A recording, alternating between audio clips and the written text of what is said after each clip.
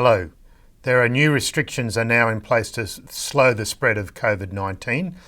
Unprecedented travel restrictions are now in place, and Australians have been advised to not travel overseas at this time.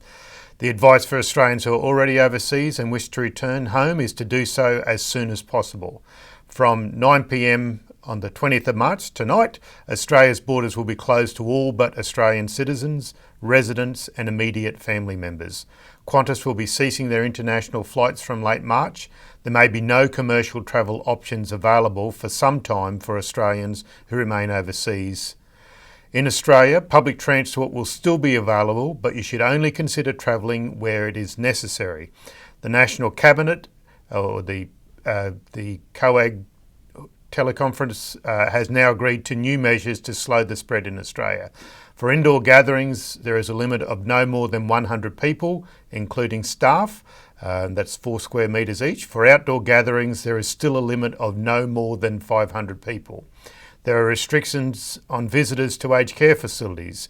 Do not go if you are sick, showing any symptoms of illness, have returned from overseas in the last 14 days, or have been in contact with someone with COVID-19 in the last 14 days. Visits need to be for a short duration only. Schools and universities are to remain open for now. Social distancing is very important. I encourage everyone to take these measures every day, whether they are at work, school or in the general community. Stay 1.5 metres from every other person. Do not shake hands or have any other physical contact with others. Wash your hands well with soap for 20 seconds and often. Clean down surfaces with disinfectant.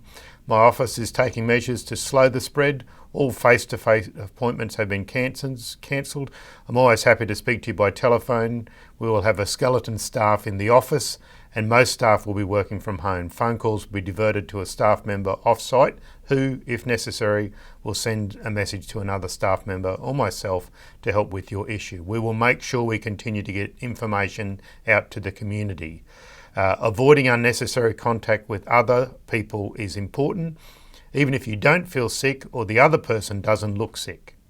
Parliament is also taking measures. When Parliament sits next week, there'll be fewer MPs in attendance and very few staff. Most other people will not be permitted in the building. Parliament will also be shortened by 1 or 2 days. It's important we take this seriously and we get this right. So look after one another and stay safe.